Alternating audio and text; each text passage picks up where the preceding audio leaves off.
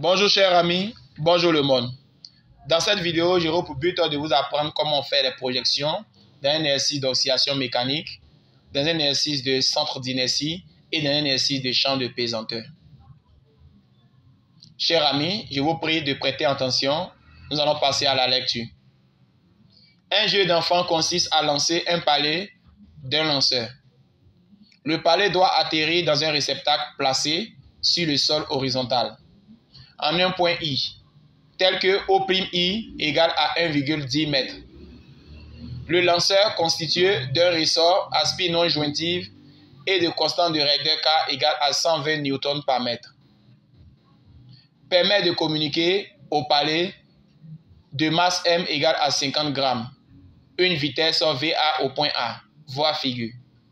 On négligera les forces de frottement. L'origine de l'énergie potentielle de pesanteur est prise suivant l'axe AI. 1. Étude énergétique. Le chef de groupe comprime le ressort d'une distance A égale à 10 cm de sa position initiale. Il est mentionné que l'on comprime le ressort, d'où la valeur de A donnée est plutôt négative. Mais vous allez voir A égale à 10 cm, sachez bien que A est négative dans ce cas parce qu'on a utilisé comprimé. Ressort au repos est placé juste à l'extrémité libre A' du ressort, puis le relâche sans vitesse. 1. Nommez la forme d'énergie que possède l'ensemble palais ressort au point A', juste avant le relâchement. Donnez l'expression de cette énergie. 1-2. Nommons la forme d'énergie que possède le palais au point A lorsque le ressort reprend sa position initiale. Donnez l'expression de cette énergie. 1-3.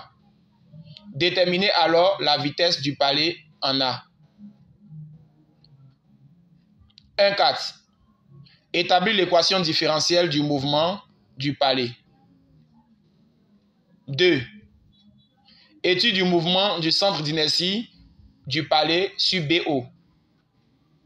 Le palais aborde en B la partie inclinée de la piste de lancement avec la vitesse VB égale à 5 mètres par seconde. 2-1. Faire le bilan des forces appliquées au palais. Les représenter sur un schéma. 2-2. On note vecteur accélération égale à vecteur accélération unitaire. Le vecteur accélération du centre d'inertie du palais. Établir l'expression de l'accélération A. 2-3. En déduire la nature du mouvement du palais sur ce trajet. 3. Étude du mouvement du centre d'inertie G du palais dans le champ de pesanteur G uniforme. Le palais arrive en haut avec une vitesse V0 égale à 2,2 m par seconde. 3-1. Détermine les équations horaires x dt et y dt du mouvement du centre d'inertie G du palais dans le repère OIJ. 3-2. En déduire l'équation cartésienne de la trajectoire. 3-3. Donner la nature de cette trajectoire. 3-4. Montrer que le palais atterrit dans le réceptacle. 3-5. Déterminer la vitesse VI du palais au moment où il tombe dans le réceptacle. Données générales. G égale à 10 mètres par seconde carré. Alpha égale à 30 degrés et H représentant sa hauteur égale à 1 mètre. Chers amis, après lecture, vous devez faire une deuxième fois la lecture. Après cela, passons donc à la correction. Merci bien. Prêtez donc attention. Chers amis, après lecture et relecture du sujet, nous avons donc différentes informations données. Nous allons parler de ces informations. Il s'agit là de signifier à l'élève que le ressort est comprimé. Lorsque le ressort est comprimé, sachez bien que A, donné dans le sujet, est négatif. Parce que A ira dans le sens de I'. Lorsque A va dans le sens de I', on constate que la valeur A donnée dans le sujet doit être aménagée avec un signe moins. Autre information, sachez bien que là où il y a le ressort, il n'y a pas d'énergie cinétique. Il y a énergie potentielle élastique. Et là où il n'y a pas de ressort, il y aura énergie cinétique.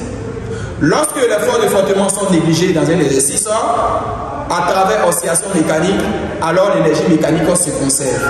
Alors on aura variation de l'énergie mécanique égale à 0, où nous allons tirer ce que nous cherchons. Autre information, sachez bien que dans un exercice de physique, lorsque vous voyez gramme, vous devez convertir en kilogramme.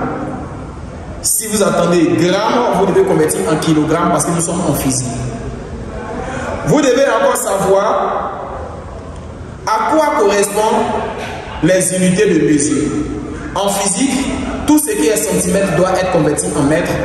Tout ce qui est kilogramme doit rester intact, mais tout ce qui est gramme doit être converti en kilogramme.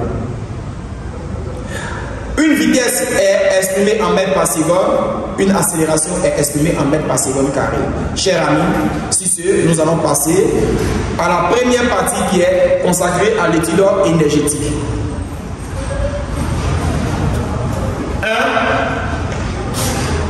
1. Étude énergétique.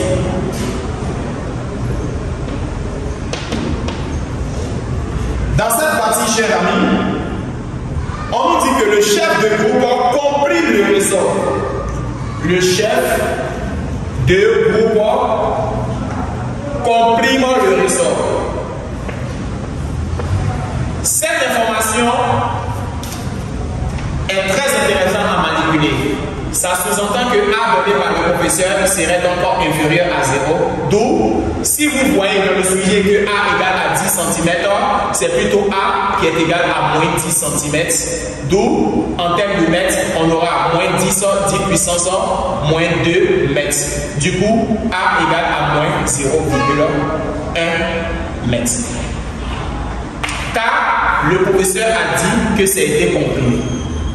Faites attention, sachez bien manipuler les unités de mesure ainsi que le terme compression. Après cette information, on nous dit que le chef de groupe comprime le ressort d'une distance A égale à 10 cm de sa position initiale, ressort au repos, et place juste à l'extrémité libre A' du ressort puis le lâche sans vitesse initiale. On signifie qu'au point A', on le lâche sans vitesse initiale. Donc, lâcher en A' sans vitesse initiale. Ça sous-entend que la vitesse VA' serait donc égale à 0 mètres par seconde. Voici les astuces que nous devons manipuler pour répondre concrètement à notre sujet. Parlons-en de la première question posée. Il s'agit là, en 1.1, de nommer la forme de l'énergie que possède l'ensemble par les ressorts au point A'. Nommons la forme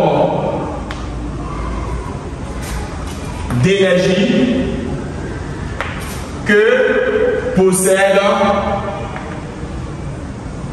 l'ensemble par les ressorts. Et quelle est la forme qui va se présenter au point A'? Chers amis, regardez avec moi le point A'. Au point A', il y a un palais attaché à un ressort. La présence du ressort près du palais permet de signifier que la forme que l'on veut avoir ici potentiel élastique. Et pourquoi? Parce que le palais est attaché à un ressort. La présence de ressort dans un exercice permet de signifier que l'énergie est qualifiée d'énergie potentielle élastique. Parce qu'il y a la présence de ressort. Alors, au point A', on a l'énergie potentielle élastique.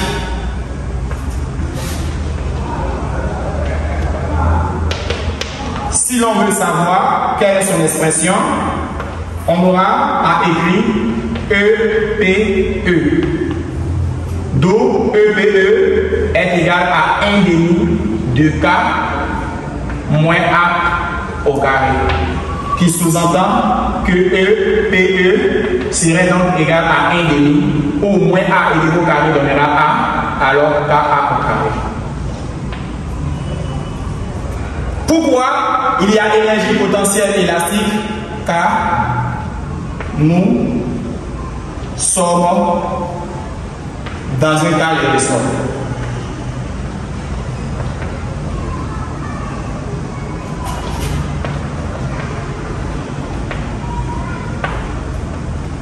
Comme le palais est accroché au ressort, alors présence de ressort permet de signifier que l'énergie potentielle est qualifiée d'élastique. Chers amis, on avait demandé de donner son expression.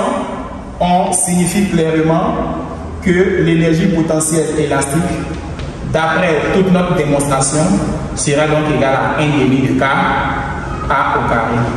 K A étant négative, alors son carré donnera donc un A positif. Parce que le carré va supprimer le signe moins. On aura donc un A au carré qui deviendra positif. On comprend le terme compression. Comme ça a été comprimé, mentalement dans la tête, il s'agit d'un A qui est négatif. Mais comme il y a son carré, alors ce A devient donc positif. Donc le A est négatif, A5 est négatif. Chers amis, nous avons donc répondu à la question 1.1. Passons donc à la question 1.2. 1.2. Nommons la forme d'énergie que possède le palais au point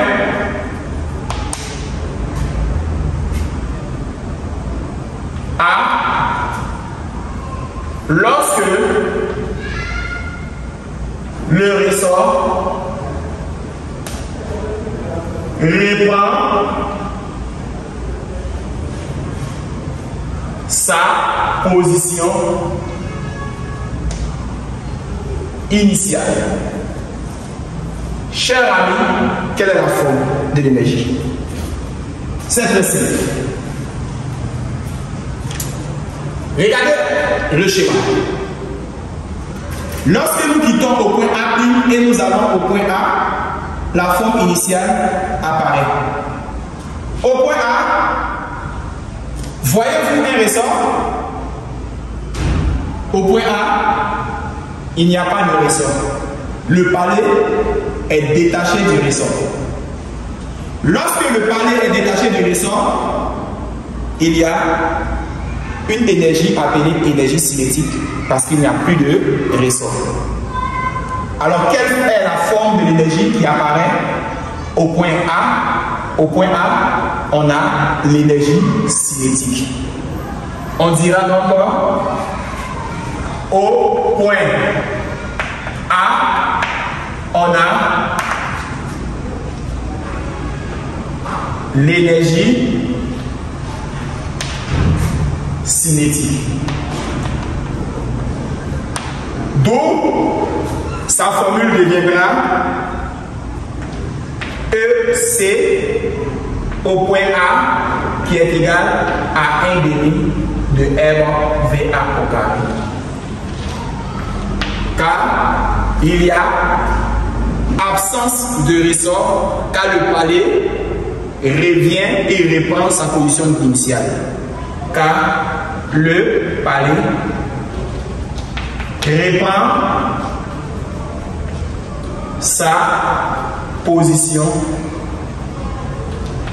initiale. D'où son expression, on aura EC égale à 1 demi de MV au carré.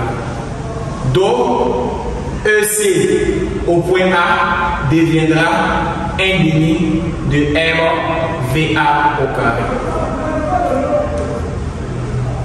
Au point A', nous avons donc l'énergie potentielle élastique. Au point A, nous avons énergie cinétique. Alors, étant donné que le sujet a mentionné que on néglige les frottements, les forces de frottement étant négligées, l'énergie mécanique se conserve. Alors, il y a une dualité entre l'énergie potentielle élastique et l'énergie cinétique. Chers amis, je vous demande de suivre attentivement la prochaine étape. En 1.3, on nous demande de déterminer alors la vitesse du palais en A. Déterminons alors la vitesse du palais en A.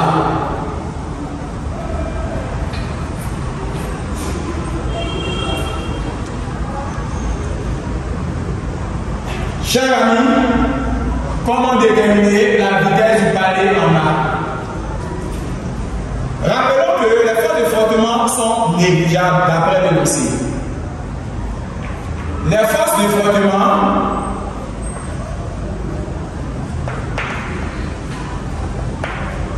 étant négligées, alors il y a conservation d'énergie mécanique.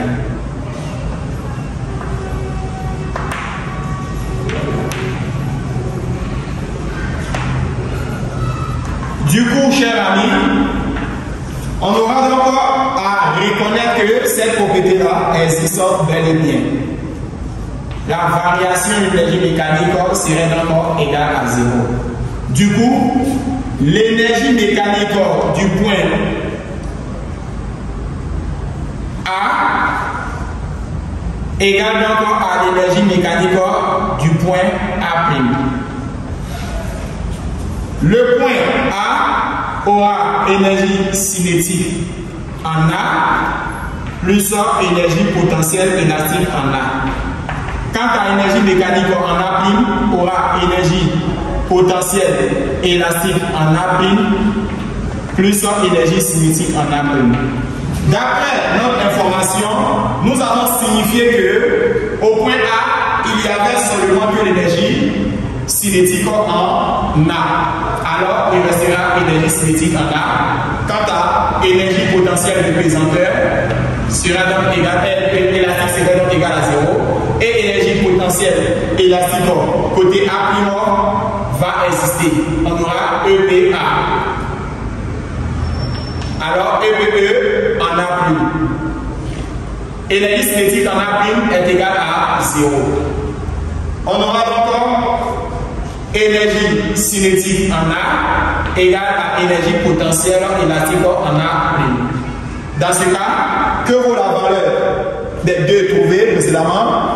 On aura à écrire si énergie cinétique en A égale à énergie potentielle élastique en A'.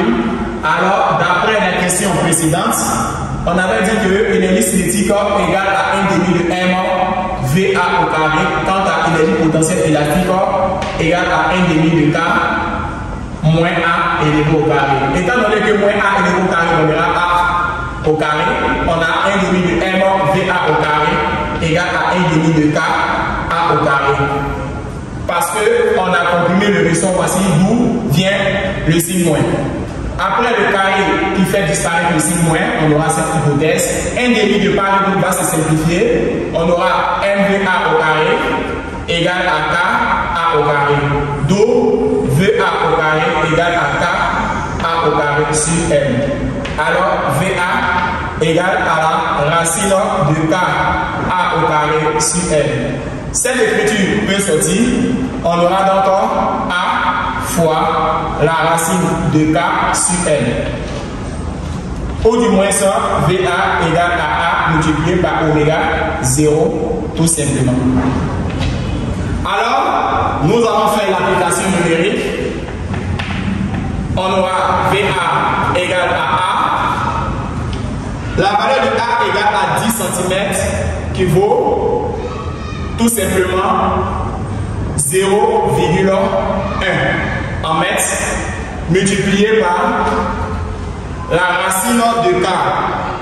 Dans notre sujet, la valeur de K vaut 125 et la masse dans notre sujet est égale à 0,05 kg. Alors, VA, nous allons effectuer le calcul.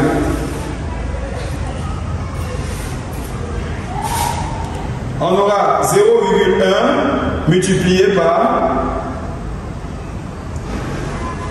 la racine de 125 sur 0,05. On aura donc VA qui est égal à 5 mètres par seconde. On vient de déterminer la vitesse au point A. Passons à l'équation différentielle appelée question numéro 1,4. 1,4, nous demandons d'établir l'équation différentielle. Établissons l'équation différentielle.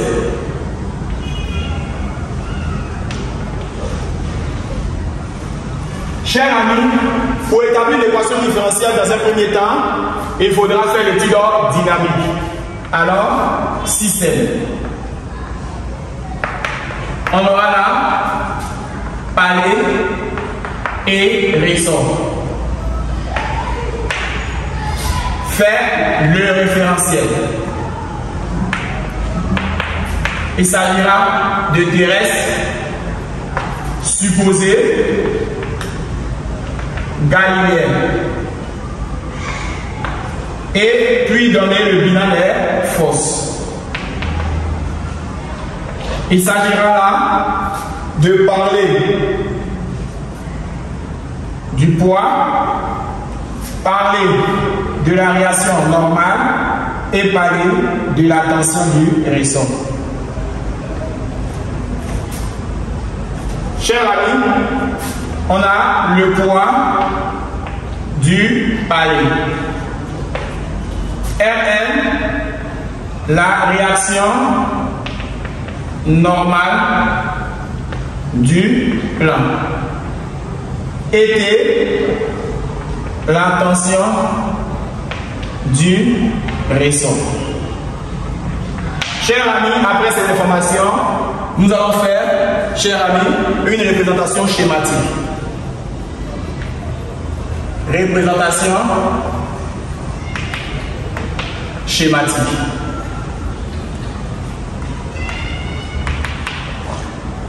Comment on va procéder à faire le schéma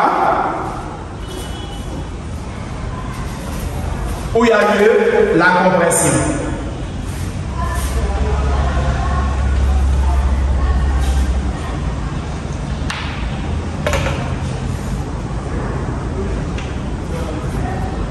Ici, l'on a A' et là A.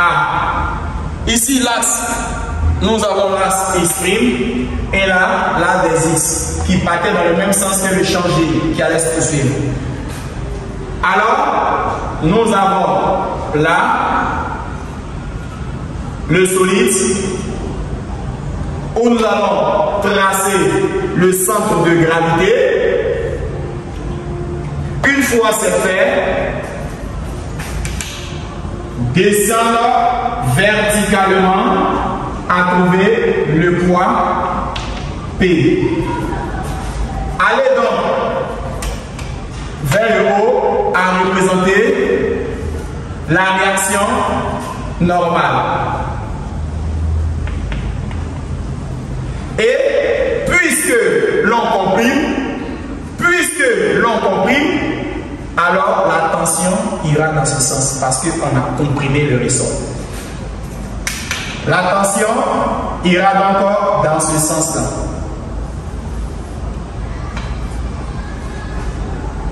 On aura à parler de vecteur T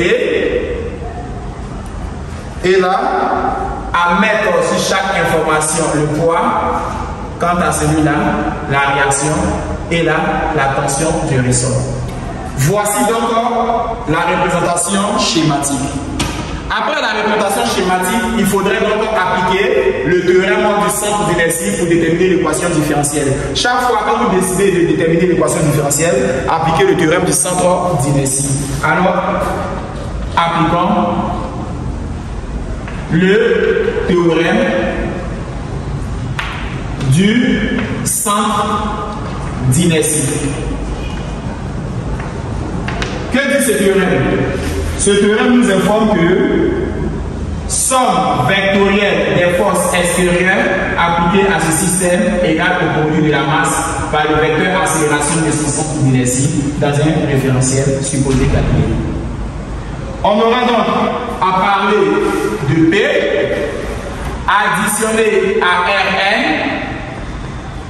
plus T égale à MAG.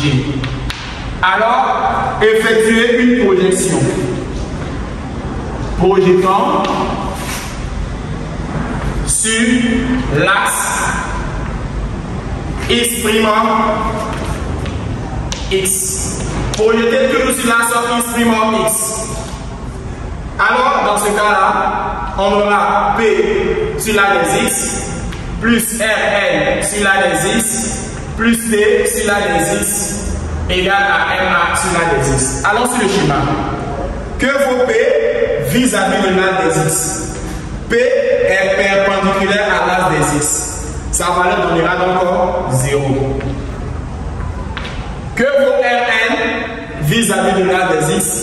Rn aussi est perpendiculaire à l'axe X. Sa valeur donnera donc 0. Que vaut T sur l'axe X? T a le même sens que l'axe X. Dans ce cas, on aura plus T, qui est bel et bien égal à MAX. Chers amis, je vais vous demander de suivre attentivement la prochaine étape. Alors, on avait dit plus T égale à MAX. Le T est la tension du ressort. Son expression égale à K fois X.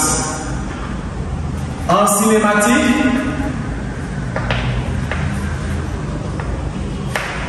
AX vaut X 2 points. On aura à écrire KX égale à R X 2 points. Il n'y a pas d'équation différentielle avec un signe moins.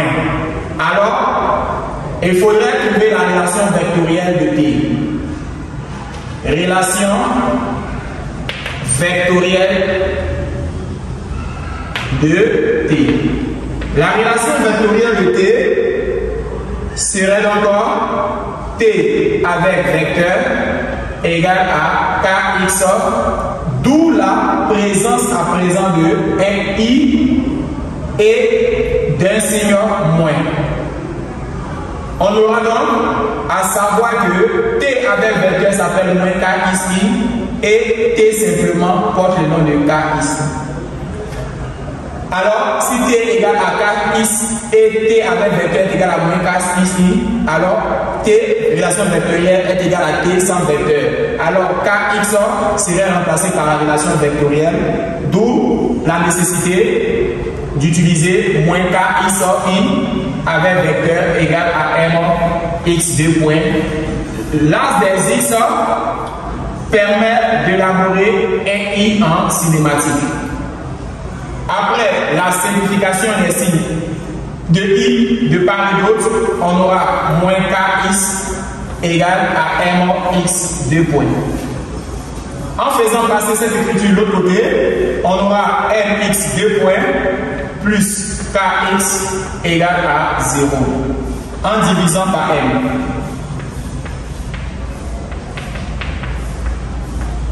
Lorsque nous divisons par m, on aura m x 2 points sur m plus kx sur m égale à 0 sur m.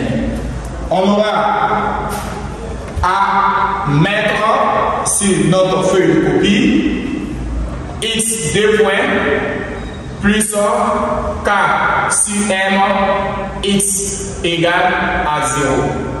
L'écriture trouvée porte le nom de équation différentielle. Alors, pour déterminer l'équation différentielle, il est impératif d'appliquer le théorème du centre d'inertie dans un premier temps. Passons donc à la deuxième phase. Il s'agira là, tout simplement, d'étudier le mouvement du centre d'inertie du palais sur BO. Alors, étude du mouvement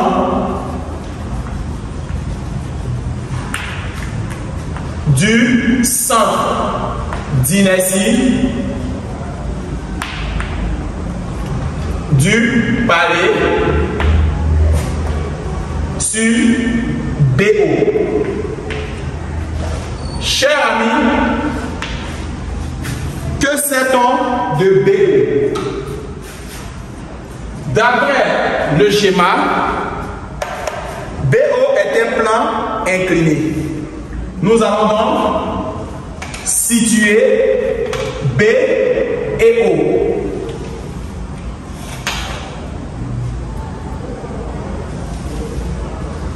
Ici, l'angle est appelé alpha et nous quittons en B pour atterrir sur le point O. Lorsque nous descendons verticalement, on a O' et là, la distance entre O et O' porte le nom de H, d'après la virgule. On aura à mettre là un point A d'après l'énoncé.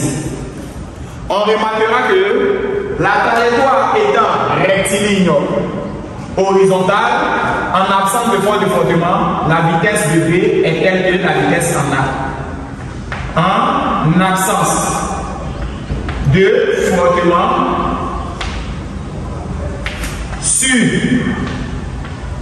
une portion rectiligne et horizontale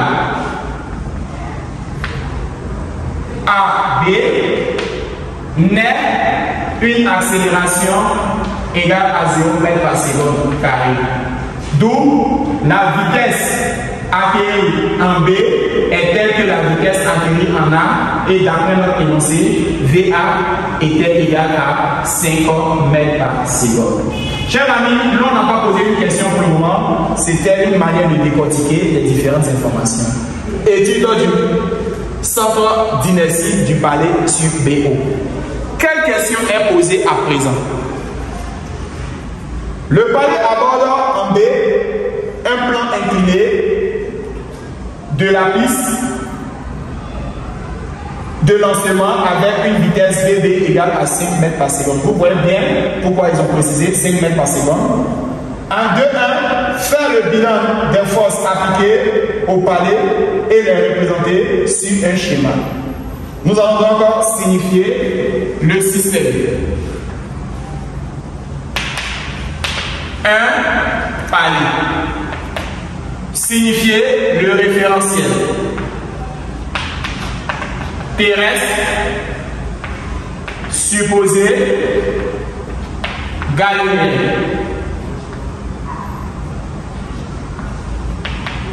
Et parti sur le bilan des fosses.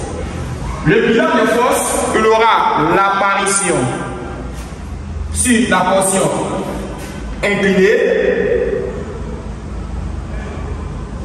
d'un palais où je vais tracer le centre de gravité.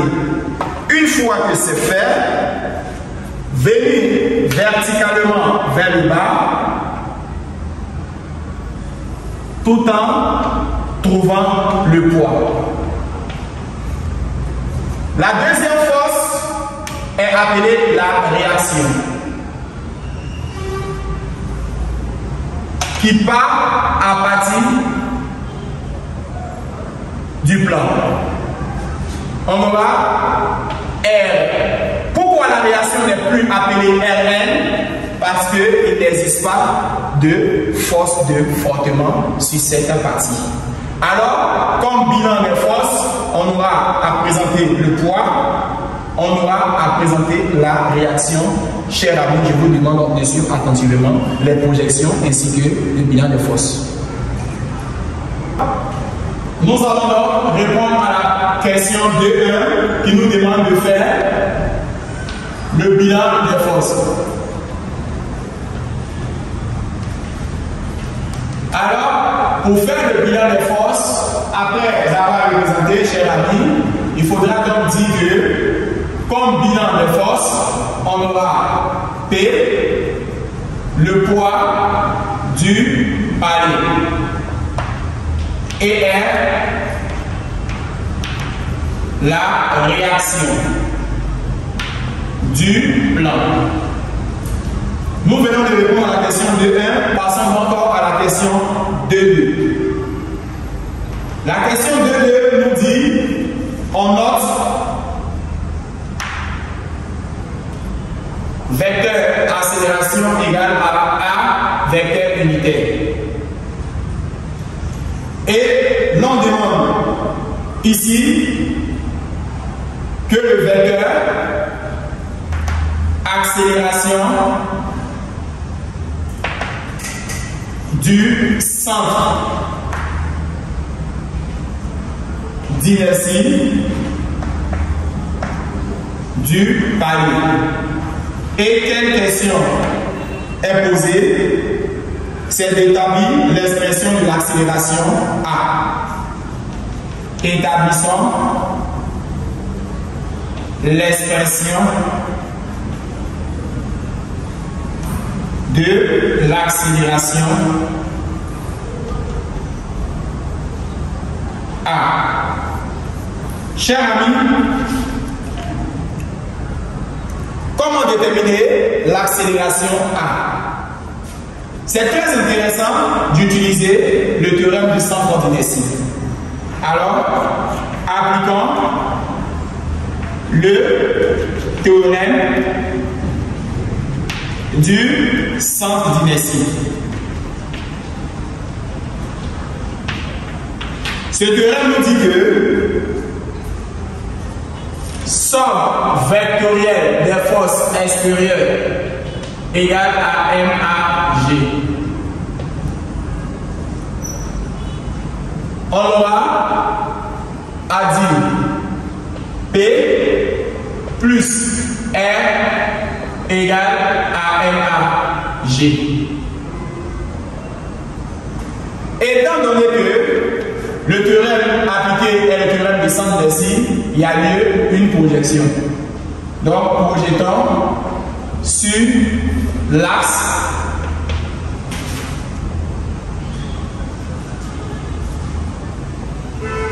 unitaire, primaire et unitaire tout simplement.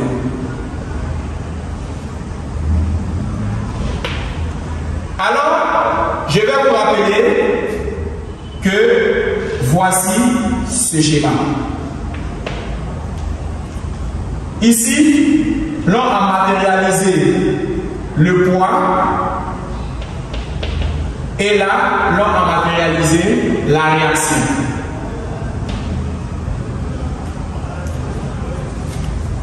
Nous avons ici B, O et là O'.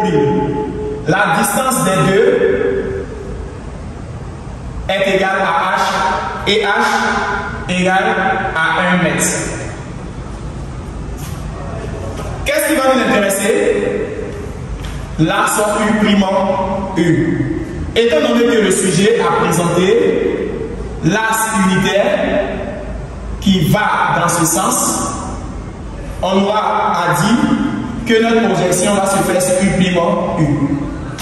On aura P sur U plus R sur U égale à RA sur U. L'axe de U est ascendant et le poids est descendant. Les deux ne vont pas dans le même sens car le solide monte et le poids descend.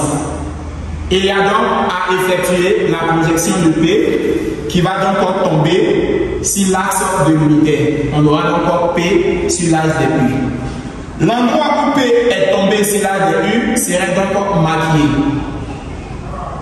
On aura à mettre l'angle à présent là. Car quand l'angle se place en bas, on aura toujours à placer l'angle en bas.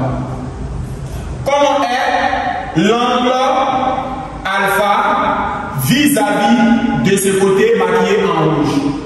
L'angle fait face. Le poids descend, le solide est en train de monter. Le poids descend, le solide est en train de monter. Les deux sont opposés. D'où la présence d'un signe moins. Le poids descend, le solide monte. Ce côté maquillé en rouge fait face à l'angle. Lorsque vous attendez face, vous faites appel à sinus. Lorsque vous attendez adjacent, vous faites appel à cosinus. Alors, ce côté maquillé en rouge fait face à l'angle, d'où la présence de P sinus alpha. Quant à R, sur l'axe de U, R est perpendiculaire au vecteur unitaire. Dans ce cas, perpendiculaire signifie que sa valeur donnera 0. Et A sur l'axe unitaire portera le nom de AU ou simplement A. Alors, pour déterminer l'accélération, il faudrait donc changer P par mg. On aura à présenter moins mg sinus alpha égale à ma.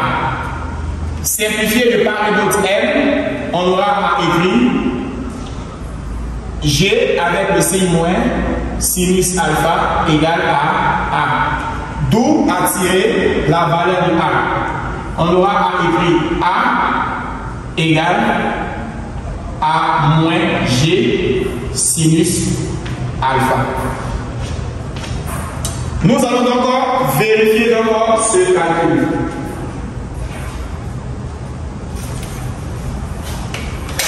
On aura à vérifier ce calcul.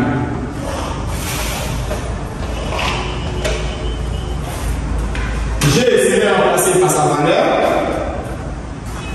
O, on aura à moins 10 sinus de l'angle dans le sujet qui est égal à 30. À l'aide de la calculatrice, 10 multiplié par 1,5, on aura 10 sur 2, alors A serait égal à moins 5 mètres par seconde au carré. Car moins 10 serait multiplié par 1,5, car sinus 30 donc 1,5. Alors, voici donc la valeur de l'accélération. Ici, il s'agit dans la prochaine question de déduire la nature du mouvement du palais.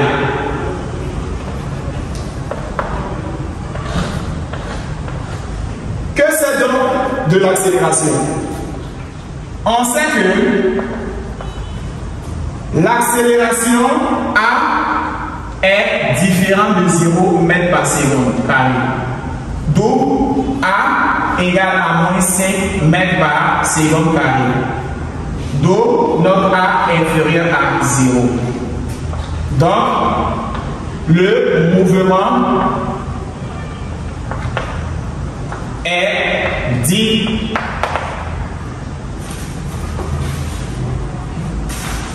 mouvement rectiligne. Uniformément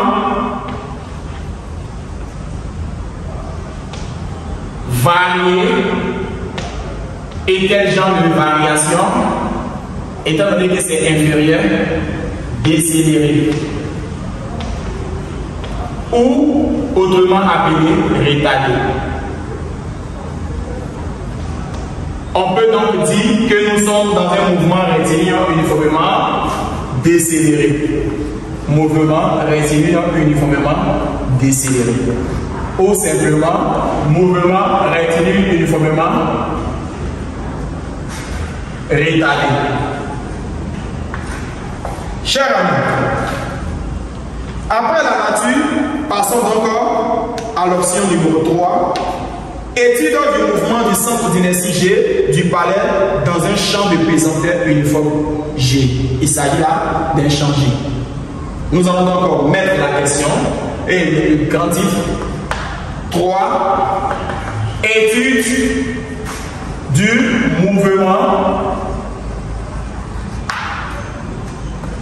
du centre d'inertie G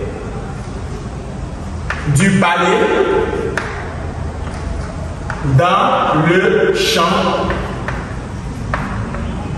de pesanteur. Sachez bien que le champ de pesanteur est appelé champ G. Uniforme G. Chers amis, nous sommes dans le cas de champ G. Ici, le professeur nous informe que le palais arrive en haut avec une vitesse V0 équivalent de V0 égale à 2,2 mètres par seconde. Quelle est l'information que nous connaissons? La vitesse V0. La question posée en 3.1 est de déterminer les équations x dt et y dt du mouvement du centre d'inertie G du palais dans le repère OIJ. Nous sommes à fin dans le repère OIJ. Chers amis, je vais vous demander de suivre attentivement comment procéder. Alors ici, en question 3.1, est de déterminer les équations horaires x dt et y dt du mouvement. Donc, nous allons déterminer les équations horaires x dt et y dt du mouvement du centre d'inertie.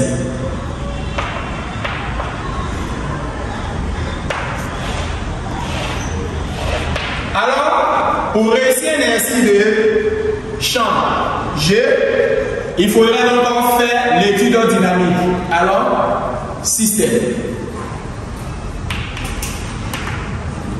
1. Palais. Référentiel.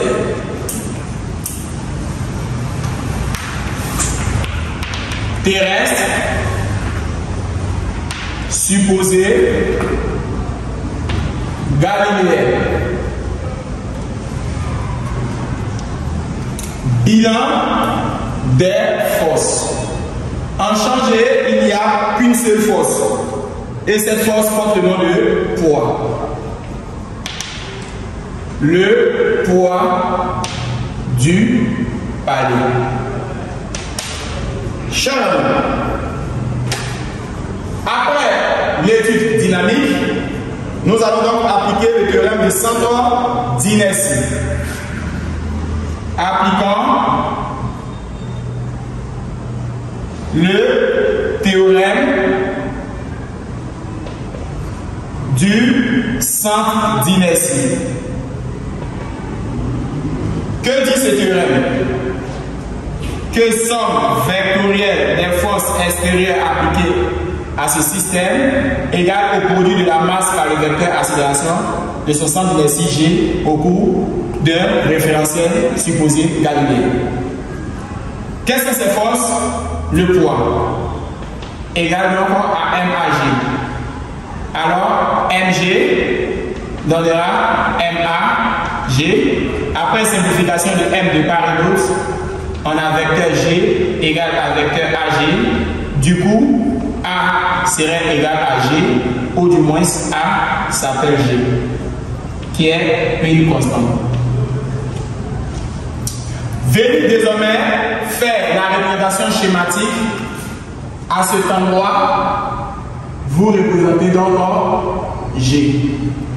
Une fois que vous avez représenté G, représentez aussi P, qui n'est pas obligatoire, mais G est impératif, mais le poids n'est pas obligatoire. Une fois que c'est réussi, dites que à t égale à 0, appelée condition initiale, vous déterminez les valeurs à l'initiale. On verra encore condition initiale.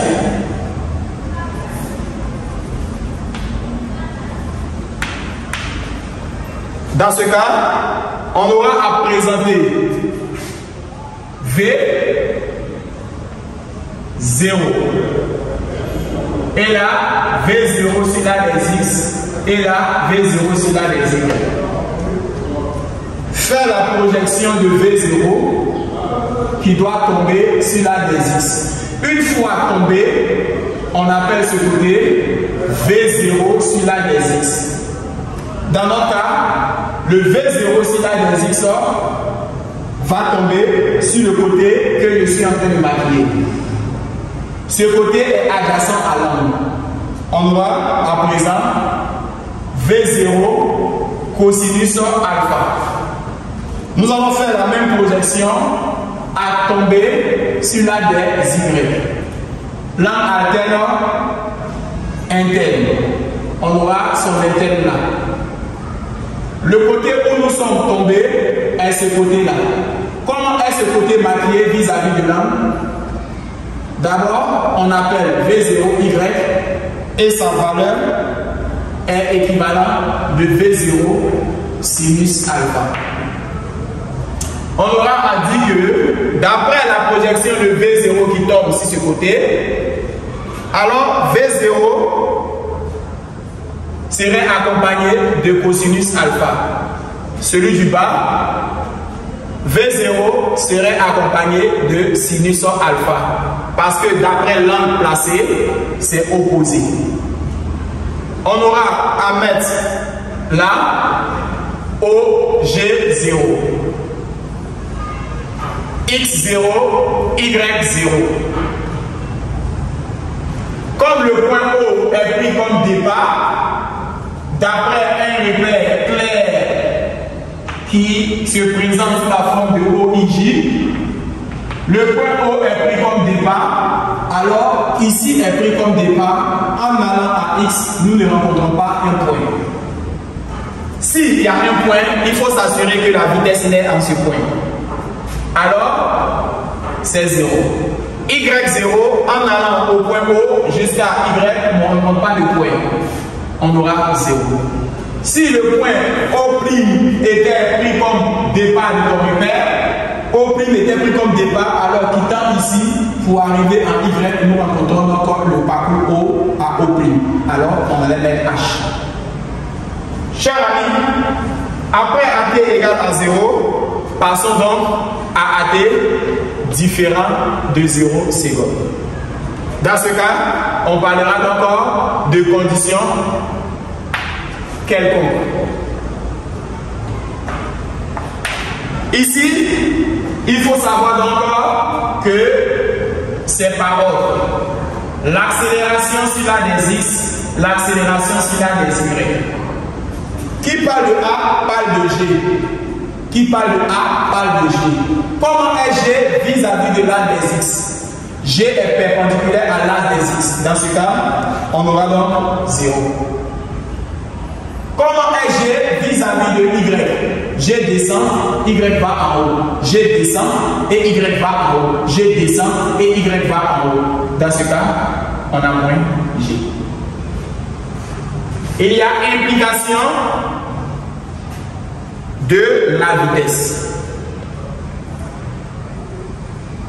On aura la vitesse sur l'axe des X et la vitesse sur l'axe des Y. Ici, il est impératif de savoir que une des propriétés fondamentales serait donc V de t égale à AT plus V0. Alors, pour remplir le premier, on aura AXT plus V0 sur l'axe des X et le second AYT plus V0 sur l'axe des Y. Que vaut la valeur de AX? AX vaut 0. On a 0 fois T fait 0. Que vaut la valeur de V0 sur l'axe X? V0 sur l'axe X s'appelle V0 cosinus alpha. Concernant VY, comment s'appelle A sur l'axe Y? Moins G. On aura moins G auprès de T. Comment s'appelle V0 sur l'axe Y? V0 sur l'axe Y s'appelle V0 sinus alpha. Après ça, il y a implication de la position. Qui parle donc de la position? Parle de OG. On aura à présenter X et à présenter Y. Une fois c'est fait, on aura donc à utiliser la propriété fondamentale de OG qui est égale à 1 demi de AT carré plus V0T plus OG 0. Alors pour le premier, on aura 1 demi de AXT carré plus V0 XT plus X0.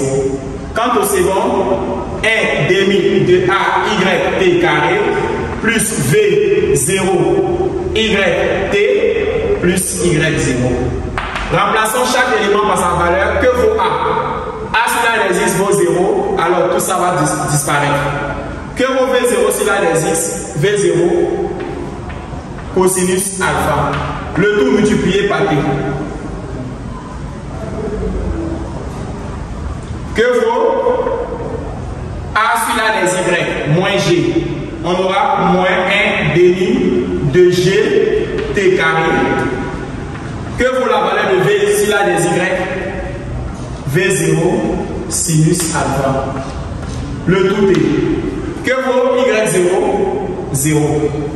Une fois que c'est fait, on dira que l'on retient tout clairement que OG se présente sous la forme de X de T égale à V0 cosinus alpha T, quant à Y de T se présente sous la forme de moins 1 demi de GT carré plus V0 sinus alpha T.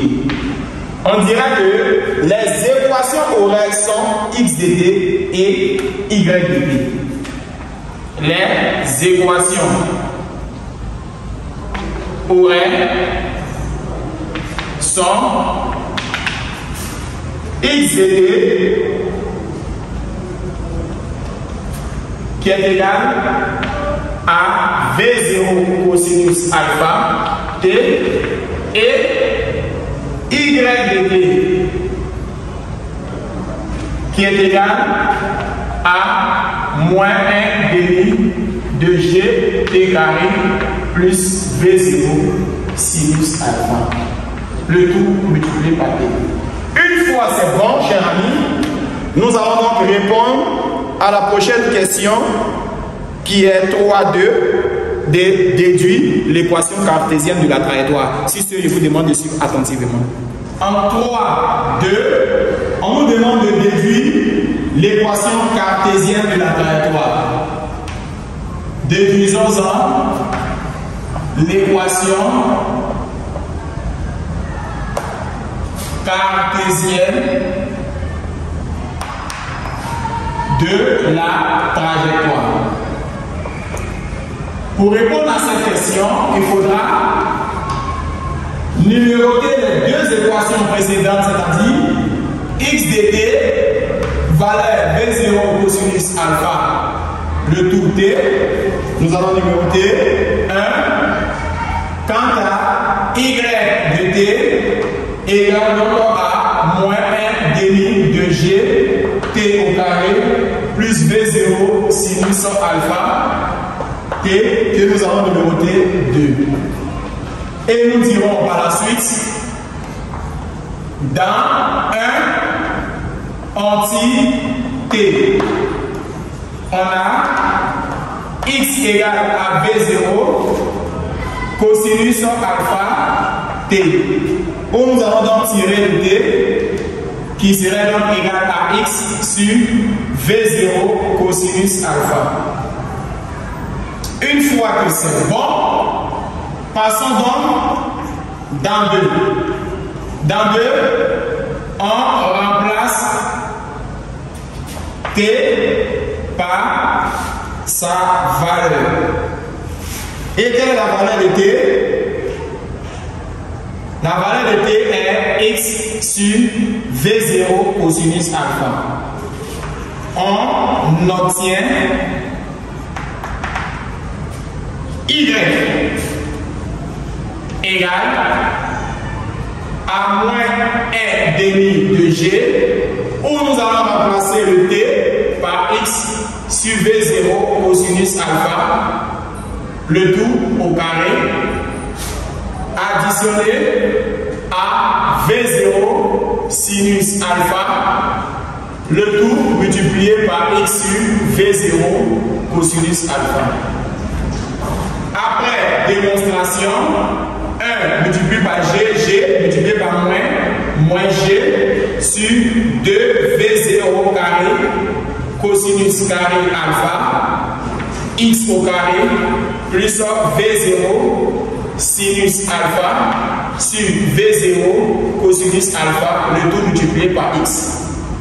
On aura donc à écrire y égale à moins g sur 2v0 au carré cosinus carré alpha x au carré et sinus si cosinus donnera tangente v0 simplifié par v0, on aura donc ici multiplié par x et la tangente alpha. On aura dit sinus alpha sur cosinus alpha a donné la relation tangente qui vient de naître. Alors, une fois que vous rappelez cette information, je vous prie de remplacer chaque terme par sa valeur. Vous faites l'application numérique même si on ne vous demande pas. Alors, y égale à moins 10 parce que la valeur de g est 10. 2 fois 2,2 qui est la valeur de v0 qui doit être égale au carré fois cosinus 30 qui doit être égale au carré. Et là, on aura à mettre x au carré et x tangente de 30. Chers amis, on obtient 377 x au carré plus 0,577 x. Voici donc l'équation. N'oubliez pas de mettre votre calculatrice en degrés. Si vous mettez en radian, vous n'allez pas trouver cette réponse-là. Alors, l'équation cartésienne est bel et bien déterminée.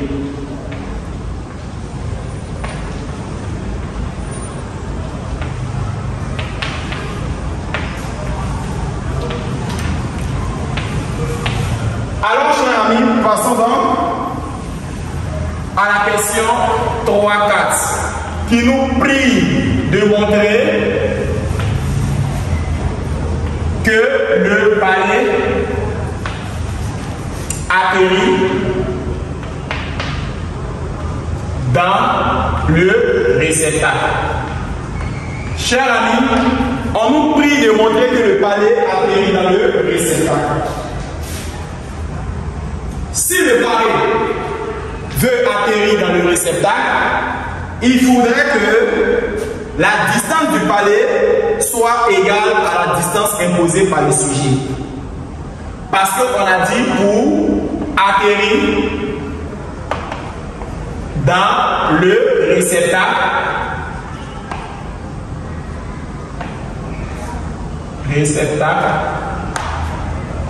il faudrait que OI' soit bel et bien égal, d'après l'énoncé, 1,10 mètres. Donc, si jamais le palais doit atterrir dans le réceptacle, c'est que le palais doit vérifier cette hypothèse du sujet. Si le palais tombe dans le réceptacle,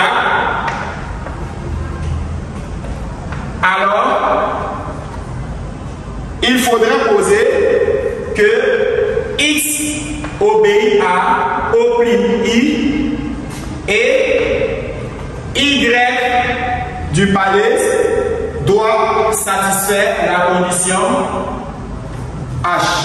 Mais étant donné que H se trouve dans la partie opposée du repère, alors Y doit être égal à moins H. Et pourquoi?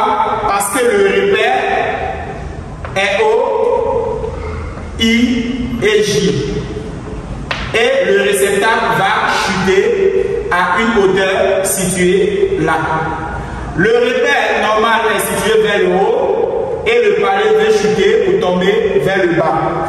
Dans Y doit satisfaire la condition moins H et tous les X doivent être égaux à O'I. Alors, nous allons donc prendre l'équation cartésienne et donner la condition qui est là. Y égale à moins H et X égale à XI qui est égal à O'I. Remplaçons donc tous les X par XI ou du moins par O'I. Alors, on aura à dire Y égale à moins H équivaut à moins 1,377 XI au carré. Vous voyez dans l'équation cartésienne. 0,577 XI égale à moins H. Une fois que c'est fait, moins H va passer là. On aura à écrire moins 1,377 XI au carré plus 0,577 XI additionné à H car moins H passe ici égale à 0. On a un polynôme du second degré, d'où l'application d'un discriminant. Polynôme du second degré. Si le polynôme est qualifié de second degré, alors application d'un discriminant.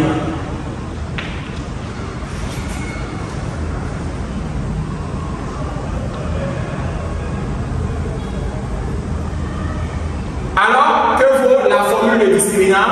Discriminant égale à B au carré moins 4AC. Chers amis, je vous prie de suivre attentivement. Avec H égale à 1 mètre d'après l'énoncé, on aura moins 1,377 XI au carré plus 0,577 XI plus 1 égale à 0. D'où l'application de discriminant B au carré moins 4AC. On aura le discriminant B 0,577 qui est la valeur de B, A qui est égal à moins 1,377 et C égale à 1. On aura à remplacer le B par 0,577 au carré moins 4 fois notre A moins 1,377 fois notre C qui est égal à on aura, après calcul, le discriminant qui nous donnera 5,840 et la racine de discriminant deviendra racine de 5,840 qui nous donnera, d'après la calculatrice, nous allons trouver 2,416. Et une fois que nous avons trouvé le discriminant, on aura à dire que le discriminant étant supérieur à 0, alors moins 1,377 ici au carré plus 0,577 ici plus 1 admet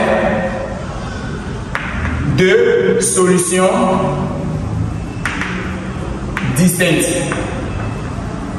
Et quelles sont ces solutions-là? Ici, 1 égale à moins b, moins racine de discriminant ici 2a. Quant à ici 2 égale à moins b plus racine de discriminant sur 2a. Par application numérique, on aura à remplacer b par 0,577 avec le signe moins racine de discriminant 2,416 sur 2 fois a qui est aussi négatif. En haut, on va donner une négation, en bas une négation, alors xi donnera donc 1,087. Alors, ici, 8 étant supérieur à 5, nous allons arrondir en excès, on aura 1,1 mètre. D'où ici égale à 1,10 mètres. Directement, x2 qui est égal à moins 0,577 plus 2,416 additionné à divisé par 2 facteurs de moins 1,377, là, xi2 serait inférieur à 0. Alors, 1 serait positif, 1 serait négatif. Le xi trouvé est 1,10. On va donc comparer ici 1 vis-à-vis de O'. Alors, xi1 est égal à O', d'où la nécessité de gris ici1 qui est égal à 1,10 qui est l'équivalent aussi de 1,10 donné par le professeur. On peut donc conclure que le palais, comme la question avait dit, de montrer que le palais atterrit dans le réceptacle. Donc on a dit donc le palais atterrit dans le réceptacle. Car ici est égal à O', qui nous donne 1,10 mètres. Chers amis, nous allons passer à déterminer la dernière question, 3-5, la vitesse VI du palais au moment où il tombe dans le réceptacle. Alors, quitter le point O à tomber dans le réceptacle, nous avons là cette trajectoire. Le point O situé en haut tombe au point I. Comme I et B sont sur la même trajectoire, en absence de force de frottement, c'est que la vitesse acquise en I serait très près de la vitesse acquise en B. Ou simplement en appliquant le théorème de l'esthétique entre O et B, en O et I, on trouvera la même réponse que précédemment de B avec une vitesse V égale à 5 mètres par seconde. Donc, par calcul, on aura aussi V qui est égal à 5 mètres par seconde. Donc, chers amis, je vous demande de suivre les théorèmes de l'esthétique entre O et I. Suivez attentivement. 3, 5, on nous demande de déterminer la vitesse VI du palais au moment où il tombe dans le réceptacle. Chers amis,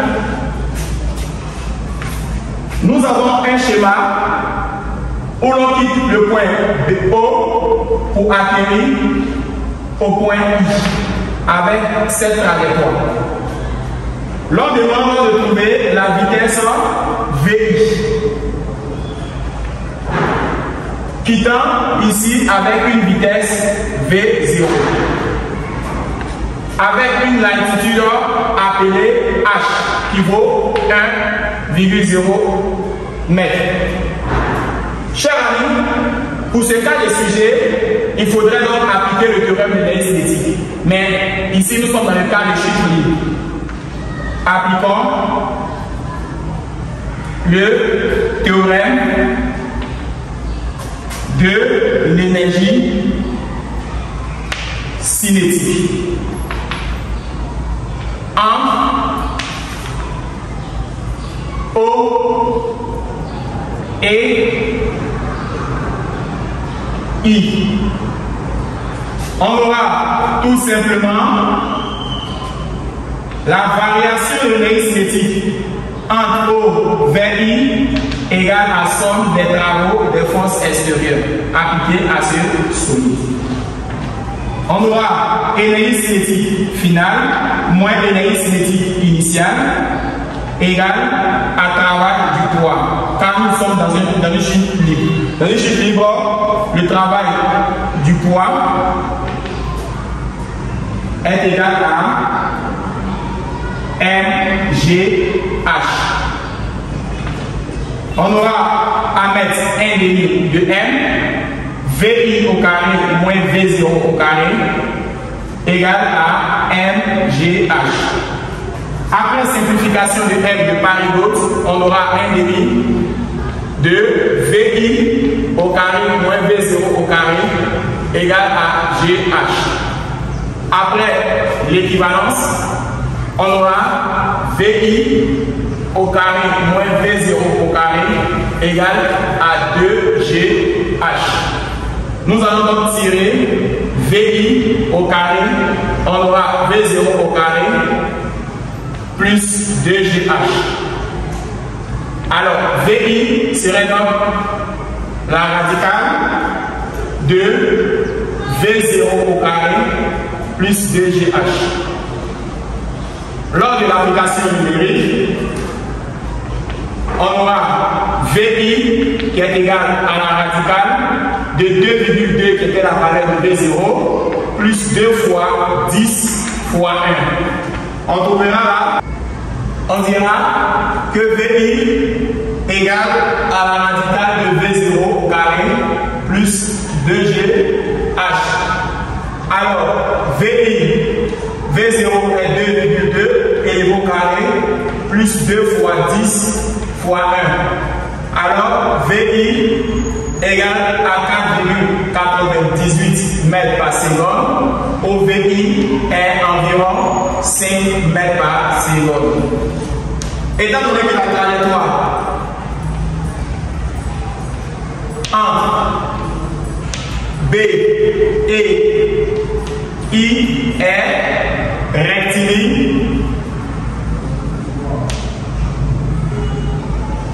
uniforme, car la force de frottement n'existe pas dans ce plan-là et que l'accélération aussi est nulle. Dans ce cas, on voit clairement que VI a bel et bien la même réponse que VB qui est égale à 5 mètres par seconde depuis trouvé en haut. Chers amis, si ce que je vous dis au revoir pour une nouvelle vidéo.